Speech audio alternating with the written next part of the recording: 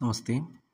4ാം ക്ലാസ്സിലെ 9ാമത്തെ പാഠമായിട്ടുള്ള വിവേകാനന്ദ വചനാമൃതം എന്ന പാഠത്തിലെ text book എക്സസൈസും അതിലെ സൊല്യൂഷനും അതിൻ്റെ ഉത്തരങ്ങളുമാണ് ഈ വീഡിയോയിലൂടെ നോക്കാനായിട്ട് പോകുന്നത്.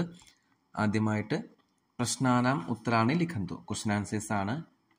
ഫസ്റ്റ് ക്വസ്റ്റ്യൻ, കവിതായാം കസ്യ സൂക്തിം ശൃണുമഹ, കവിതയിലെ ആരുടെ വചനങ്ങളാണ് കേൾക്കാമെന്ന് പറയുന്നത്? കവിതായാം നരേന്ദ്രസ്യ സൂക്തിം ശൃണുമഹ, കവിതയിലെ നരേന്ദ്രന്റെ, വിവേകാനന്ദ സ്വാമികളുടെ ആദ്യത്തെ പേരാണ് നരേന്ദ്രൻ എന്ന് പറയുന്നത്. നരേന്ദ്രസ്യ സൂക്തിം, നരേന്ദ്രന്റെ വചനങ്ങൾ നമുക്ക് കേൾക്കാം. രണ്ടാമത്തെ ക്വസ്റ്റ്യൻ, ധനേന സർവം ക്രേതും സാധ്യം ഇതി സത്യം കിം, ധനേന പൈസ കൊണ്ട് സർവം ക്രേതും എല്ലാം നേടുന്നതിന്, എല്ലാം വാങ്ങുന്നതിനായിട്ട് സാധിക്കും എന്ന് പറയുന്നത് സത്യമാണോ? ഉത്തരം, ധനേന സർവം ക്രേതും സാധ്യം ഇതി അസത്യം, എല്ലാം നേടാൻ സാധിക്കും, എല്ലാം വാങ്ങുന്നതിന് സാധിക്കും എന്ന് പറയുന്നത് അസത്യമാണ്, സത്യമല്ലാത്ത കാര്യമാണ്. മൂന്നാമത്തെ ക്വസ്റ്റ്യൻ, വിപണൗ കിം അലഭ്യം, വിപണി എന്ന് പറഞ്ഞാൽ മാർക്കറ്റ്, മാർക്കറ്റിൽ എന്താണ് ലഭിക്കാത്തത്? ഉത്തരം, വിപണൗ വിജ്ഞാനം അലഭ്യം ഭവതി, വിജ്ഞാനമാണ് ലഭ്യമല്ലാത്തത്. അടുത്തത്, ധനേന സംസതി കിം സിദ്ധ്യതി, ധനേന സംസതി സ്ഥാനം സിദ്ധ്യതി, പൈസ കൊണ്ട് നമുക്ക് എന്താണ് കിട്ടുന്നത്? സ്ഥാനം, പൊസിഷൻസ് കിട്ടും. ധനേഹി സുഗേഹം ലഭേത പരന്തു കിം ന ലഭേത, പൈസ കൊണ്ട് നമുക്ക് വലിയ വലിയ ഭവനങ്ങളൊക്കെ, വീടുകളൊക്കെ വാങ്ങാനായിട്ട് സാധിക്കും, പക്ഷെ എന്ത് കിട്ടില്ല? ധനേഹി സ്നേഹസമന്വിത പരിവാരം ന ലഭേത, പൈസ കൊണ്ട് നമുക്ക് സ്നേഹം എല്ലാം ഒത്തുചേർന്ന് കൂടിയിട്ടുള്ള ഒരു കുടുംബത്തെ നമുക്ക് ലഭിക്കില്ല. ഇത്രയാണ് ക്വസ്റ്റ്യൻ ആൻസേഴ്സ് വരുന്നത്. അടുത്തത്, നിർദ്ദിഷ്ട വിഭക്തി രൂപേണ വാക്യം പൂരയന്തു, വിഭക്തി അനുസരിച്ച് വാക്യം കംപ്ലീറ്റ് ചെയ്യാനാണ്. ഇവിടെ ഉത്തരങ്ങൾ മാത്രമേ ഞാൻ കൊടുത്തിട്ടുള്ളൂ. ദിലീപഹ സുദക്ഷിണയാ സഹ വനം ഗച്ഛതി, എങ്ങനെയാണ് സുദക്ഷിണ എന്നുള്ള വാക്ക് വന്നത്? ഇവിടെ ഓൾറെഡി കൊടുത്തിട്ടുണ്ട്, സുദക്ഷിണ ശബ്ദത്തിന്റെ തൃതീയ ഏകവചനം. അപ്പൊ ഗംഗാ ശബ്ദം പോലെ തന്നെയാണ് സുദക്ഷിണ. അപ്പോ തൃതീയ ഗംഗയാ ഗംഗാഭ്യാം ഗംഗാഭിഹി, അപ്പൊ അതേപോലെ തന്നെ സുദക്ഷിണയാ ആണ് ഉത്തരമായിട്ട് വരിക. രണ്ടാമത്തെ, ശിവഹ ശിരസി ഡാഷ് ധരതി, ഉത്തരം ഗംഗാം എന്നാണ് ഇവിടെ കൊടുത്തിരിക്കുന്നത്. എങ്ങനെ ഗംഗാം എന്ന് വന്നത്? ഇവിടെ ബ്രാക്കറ്റില് ഗംഗാ ശബ്ദസ്യ ദ്വിതീയ ഏകവചനം, ഗംഗാ ശബ്ദത്തിന്റെ ദ്വിതീയ ഏകവചനാണ്. ഇപ്പോ ഗംഗാ, ഗംഗേ ഗംഗാഹ, ഗംഗാം, അതാണ് ഗംഗേ ഗംഗാഹ. അപ്പോൾ ഇവിടെ ഗംഗാം എന്നുള്ളത് ഉത്തരമായിട്ട് കിട്ടി. തേർഡ് വൺ, നരസിംഹ പ്രഹ്ലാദായ വരം യച്ഛതി, പ്രഹ്ലാദ ശബ്ദത്തിന്റെ ചതുർത്ഥി ഏകവചനം. പ്രഹ്ലാദ, പ്രഹ്ലാദോ പ്രഹ്ലാദാഹ, പ്രഹ്ലാദം പ്രഹ്ലാദോ പ്രഹ്ലാദാൻ, പ്രഹ്ലാദേന പ്രഹ്ലാദാഭ്യാം പ്രഹ്ലാദൈഹി, ചതുർത്ഥി എങ്ങനെയാണ്? പ്രഹ്ലാദായ, അതാണ് ഇവിടെ ഉത്തരമായിട്ട് വന്നത്. പ്രഹ്ലാദായ വരം യച്ഛതി, പ്രഹ്ലാദന് വരം കൊടുക്കുന്നു, യച്ഛതി എന്ന് വെച്ചാൽ കൊടുക്കുന്നു. നാലാമത്തെ, ആഞ്ജനേയ അംബായാഹ ഉത്സംഗേ നിദ്രാതി, ഇവിടെ ഉത്സംഗേ എന്ന് പറയുന്നത് എങ്ങനെ കിട്ടി? മടിയിൽ എന്നാണ് അർത്ഥം. ഉത്സംഗ ശബ്ദത്തിന്റെ സപ്തമി ഏകവചനം. അപ്പൊ രാമശബ്ദത്തിന്റെ സപ്തമി രാമേ എന്ന് പറയുന്ന പോലെ ഉത്സംഗ ശബ്ദത്തിന്റെ സപ്തമി ഉത്സംഗേ, മടിയിൽ ഉറങ്ങുന്നു. അഞ്ചാമത്തെ, ഭഗീരഥ ഗംഗാം ആനയതി, ഭഗീരഥൻ ഗംഗയെ കൊണ്ടുവരുന്നു. ഭഗീരഥ ശബ്ദത്തിന്റെ പ്രഥമ ഏകവചനമാണ്. ഇപ്പൊ രാമശബ്ദത്തിന്റെ പ്രഥമ ഏകവചനം രാമഹ, അതേപോലെ തന്നെ ഇവിടെ ഭഗീരഥ എന്നുള്ള ഉത്തരം കിട്ടി. അടുത്തത്, വിവേകാനന്ദ കൊൽക്കത്ത നാമ നഗരാത് ആഗച്ഛതി, വിവേകാനന്ദൻ കൊൽക്കത്തയിൽ നിന്നാണ് വരുന്നത്. ഇപ്പൊ നഗരാത്ത്, ഇവിടെ എങ്ങനെ നഗരാത്ത് കിട്ടി? നഗര ശബ്ദത്തിന്റെ പഞ്ചമി ഏകവചനം. ഇപ്പോൾ രാമശബ്ദത്തിന്റെ പഞ്ചമി എങ്ങനെയാണ്? രാമാത്ത് രാമാഭ്യാം എന്നാണ് വരിക. അപ്പൊ ഇവിടെ നഗരാത്ത് എന്നുള്ള ഉത്തരം കിട്ടി. ലാസ്റ്റ് വൺ, നാണുഹു ചാത്തസ്യ സമീപം ഗച്ഛതി, ചാത്തന്റെ അടുത്തേക്ക് പോകുന്നു. അവിടെ ചാത്ത ശബ്ദസ്യ ഷഷ്ടി ഏകവചനം. ഇപ്പൊ രാമശബ്ദത്തിന്റെ ഷഷ്ടി അല്ലെങ്കിൽ ബാലശബ്ദത്തിന്റെയോ ദിലീപ് ശബ്ദത്തിന്റെ ഒക്കെ ഷഷ്ടി ഏകവചനം എങ്ങനെയാണ്? ദിലീപസ്യ, രാമസ്യ, കൃഷ്ണസ്യ. അതേപോലെ ഇവിടെ ചാത്ത ശബ്ദത്തിന്റെ ഷഷ്ടി ചാത്തസ്യ, അങ്ങനെയാണ് വരിക. ചാത്തന്റെ അടുത്തേക്ക് പോകുന്നു. ക്രിയാപദാനം നിർദ്ദിഷ്ട ലകാര പുരുഷ വചന രൂപേണ വാക്യം പൂരയന്തു, ക്രിയാപദങ്ങളുടെ തന്നിരിക്കുന്ന ലകാരം അനുസരിച്ച്, പുരുഷൻ വചന രൂപമനുസരിച്ച് സെന്റൻസ് കംപ്ലീറ്റ് ചെയ്യാനാണ്. ഫസ്റ്റ് ക്വസ്റ്റ്യൻ, വൃക്ഷേഷു ഫലാനി സന്ധി, ഈ സന്ധി എന്നുള്ള വാക്ക് എങ്ങനെ കിട്ടി? അസ് ധാതുവിന്റെ ലകാര പ്രഥമ പുരുഷ ബഹുവചനം. അസ് ധാതുവിന്റെ ലട്ട് അസ്തി, സ്തഹ, സന്തി അങ്ങനെയാണ്. അപ്പൊ സന്തി എന്നുള്ളത് അങ്ങനെയാണ് നമുക്ക് ഉത്തരമായിട്ട് കിട്ടിയത്. ത്വം ദരിദ്രായ അന്നം യച്ഛ. ദാ ധാതു അതിന്റെ പ്രയോഗം വരുമ്പോൾ യച്ച്, യച്ഛതി എന്നൊക്കെയാണ് വരിക. ഇവിടെ ലോട്ട്ലകാരാണ്. അപ്പൊ യച്ഛതു അതിന്റെ മധ്യമ പുരുഷ ഏകവചനം. യച്ഛതു, യച്ഛതാം, യച്ഛന്തു, യച്ഛ അങ്ങനെയാണ് ഉത്തരം യച്ഛയായിട്ട് വന്നത്. വയം സംസ്കൃതം വദാമ. വദധാതുവിന്റെ ലോട്ട് ലകാര ഉത്തമ പുരുഷ ബഹുവചനം. വദധാതു ലോട്ട് എന്ന് പറയുമ്പോൾ വദതു എന്നാണ് തുടങ്ങേണ്ടത്. ഉത്തമ പുരുഷ ബഹുവചനം എന്ന് പറയുമ്പോൾ വദതു, വദതാം, വദന്തു, വദവദതം, വദത, വദാനി, വദാവ, വദാമ. ബഹുവചനം ആയതുകൊണ്ട് വദാമ. ബാലകൗ ഗ്രാമം ഗച്ഛതഃ ദ്വിവചനാണ് വന്നിരിക്കുന്നത്. അപ്പൊ ഗമ ധാതുവിന്റെ പ്രയോഗം ഗച്ച് എന്നാണ് സ്റ്റാർട്ട് ചെയ്യുന്നത്. അതുകൊണ്ടാണ് ബ്രാക്കറ്റിൽ ഗച്ച് കൊടുത്തിരിക്കുന്നത്. ലട്ട് ലകാര പ്രഥമ പുരുഷ ദ്വിവചനം. അപ്പൊ ഗച്ഛതി, ഗച്ഛതഃ ദ്വിവചനം ആയതുകൊണ്ട് ഗച്ഛതഃ വന്നു.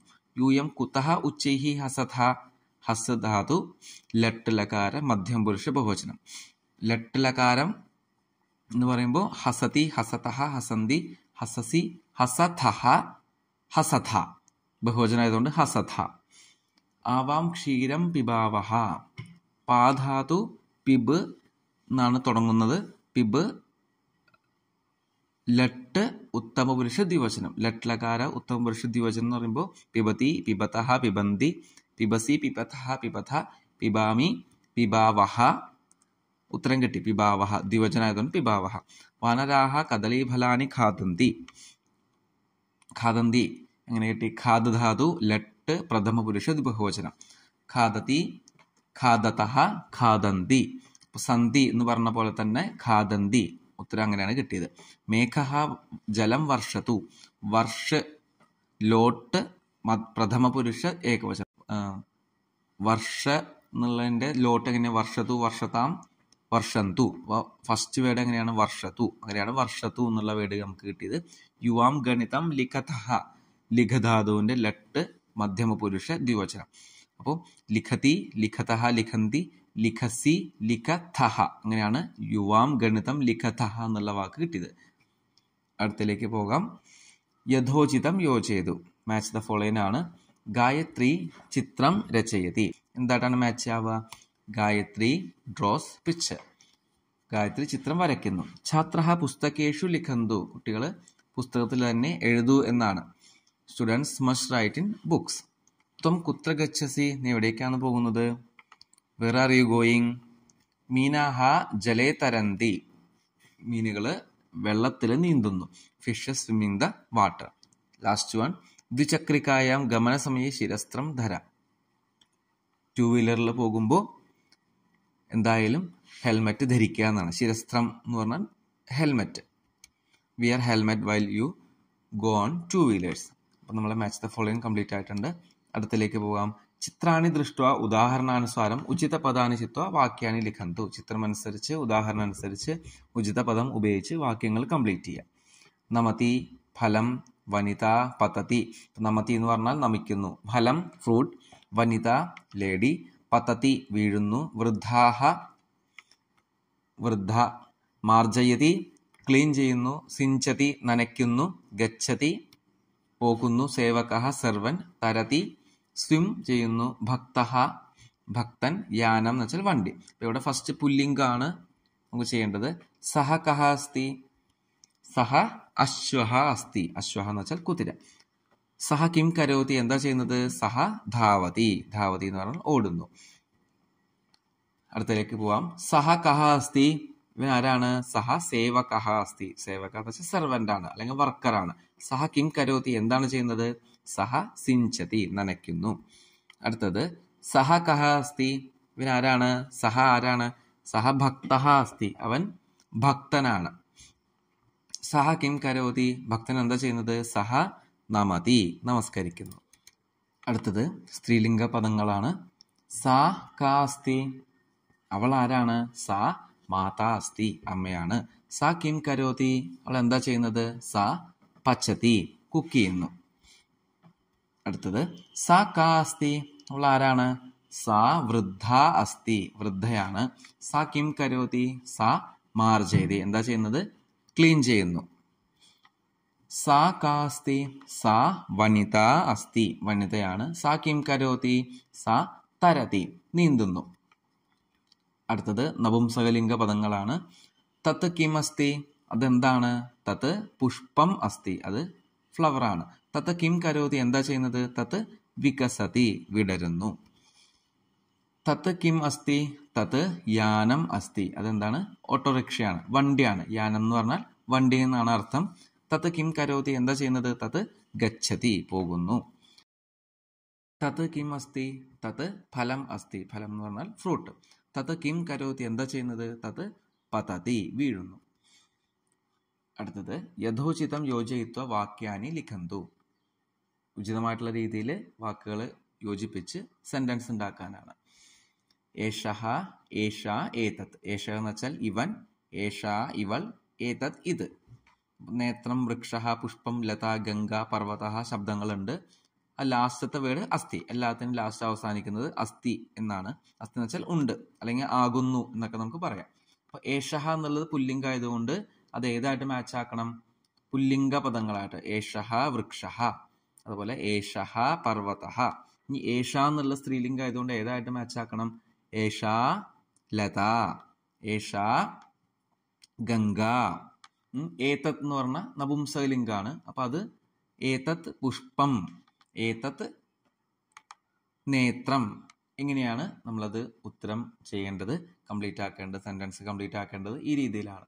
അപ്പോൾ ഉദാഹരണം ഓൾറെഡി കൊടുത്തിട്ടുണ്ട്. ഏഷഹ വൃക്ഷ അസ്തി, അതേപോലെ ഏഷഹ പർവ്വത അസ്തി, ഏഷാ ലത അസ്തി, ഏഷാ ഗംഗ അസ്തി, ഏതത് നേത്രം അസ്തി, ഏതത് പുഷ്പം അസ്തി. അപ്പോൾ ഏഷഹ നേത്രം അസ്തി എന്ന് വരില്ല, കാരണം ഏഷഹ എന്നുള്ളത് പുല്ലിംഗാണ്, നേത്രം എന്നുള്ളത് നപുംസക പദമാണ്. അതുകൊണ്ട് പുല്ലിംഗം പുല്ലിംഗ പദങ്ങളായിട്ടേ നമുക്ക് മാച്ച് ചെയ്യാൻ സാധിക്കുള്ളൂ. അടുത്തത് സഹ, സാ, തത്ത്. സഹ എന്ന് വെച്ചാൽ അവൻ, സാ അവൾ, തത്ത് അത്. ഇത് സഹ നേരത്തെ പറഞ്ഞ പോലെ പുല്ലിംഗായതുകൊണ്ട് സഹ ആസന്ദഹ അസ്തി, സഹ സുധാഖണ്ഡഹ അസ്തി. ഈ സാ എന്ന് പറയുമ്പോഴോ സാ ഉത്പീഠിക അസ്തി, സാ അധ്യാപിക അസ്തി. തത്ത് നപുംസകപദമായതുകൊണ്ട് തത്ത് വസ്ത്രമസ്തി, തത്ത് പുസ്തകമസ്തി. ഇങ്ങനെയാണ് അത് കംപ്ലീറ്റ് ചെയ്യേണ്ടത്. ഉദാഹരണം സഹ ആസന്ദഹ അസ്തി. ആസന്ദഹ എന്ന് വെച്ചാൽ ചെയർ. നമ്മൾ മലയാളത്തിലൊക്കെ ചെയർ, കസേര എന്ന് പറയുന്നത് നപുംസകപദമായിട്ടാണ് ഉപയോഗിക്കുന്നത്. പക്ഷെ സംസ്കൃതത്തിൽ ആ വാക്ക് എങ്ങനെയാണ് അവസാനിക്കുന്നത് അതനുസരിച്ചാണ് പുല്ലിംഗാണോ സ്ത്രീലിംഗാണോ നപുംസലിംഗാണോ എന്ന് നമ്മൾ നിശ്ചയിക്കുന്നത്. ഇപ്പൊ സഹ ആസന്ദഹ, സാ ആസന്ദഹ എന്നല്ല, സഹ ആസന്ദഹ. ഇനി സ്ത്രീലിംഗാണെങ്കിലോ ആസന്ദിക എന്നാണ്, സാ ആസന്ദിക. അപ്പോൾ ഉദാഹരണം സഹ ആസന്ദഹ അസ്തി. ഫസ്റ്റ് വൺ സഹ സുധാഖണ്ഡഹ അസ്തി, സാ ഉത്പീഠിക അസ്തി, സാ അധ്യാപിക അസ്തി, തത് വസ്ത്രമസ്തി, ഏതത് പുസ്തകം അസ്തി. ഇവിടെ തത്താണ് നമ്മൾ ചെയ്യേണ്ടത്, തത് പുസ്തകം അസ്തി. അപ്പോൾ ഇവിടെ നമ്മൾ പഠിച്ചത് ഏഷഹ, ഏഷ, ഏതത്, ഇവൻ, ഇവൾ, ഇത്. സഹ, സാ, തത് എന്ന് പറയും അവൻ, അവൾ, അത്. അതാണ് എൻ്റെ വ്യത്യാസം. നമ്മൾ ഈ ഒരു പാഠത്തിലൂടെ ഇത്രയും കാര്യങ്ങളാണ് നമ്മൾ മെയിനായിട്ട് പഠിക്കുന്നത്.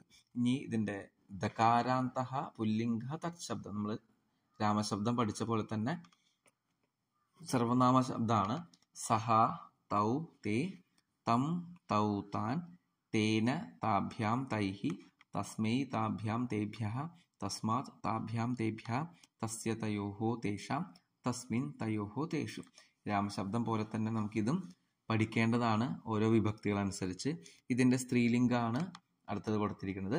സാ, തേ, താഹ, താം, തേ, താഹ, തയാ, താഭ്യാം, താഭിഃ, തസ്യൈ, താഭ്യാം, താഭ്യഃ, തസ്യാഹ, താഭ്യാം, താഭ്യഃ, തസ്യാഹ, തയോഹോ, താസാം, തസ്യാം, തയോഹു, താസു.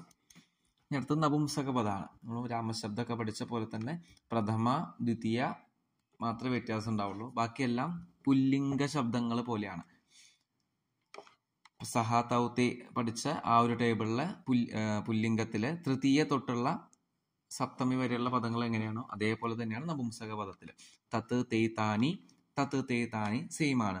അടുത്തത് പുല്ലിംഗ ശബ്ദം പോലെ തന്നെ തേന താഭ്യാം തൈഹി, തസ്മൈ താഭ്യാം തേഭ്യഃ, തസ്മാത് താഭ്യാം തേഭ്യഃ, തസ്യ തയോഹോ തേഷാം, തസ്മിൻ തയോഹോ തേഷു.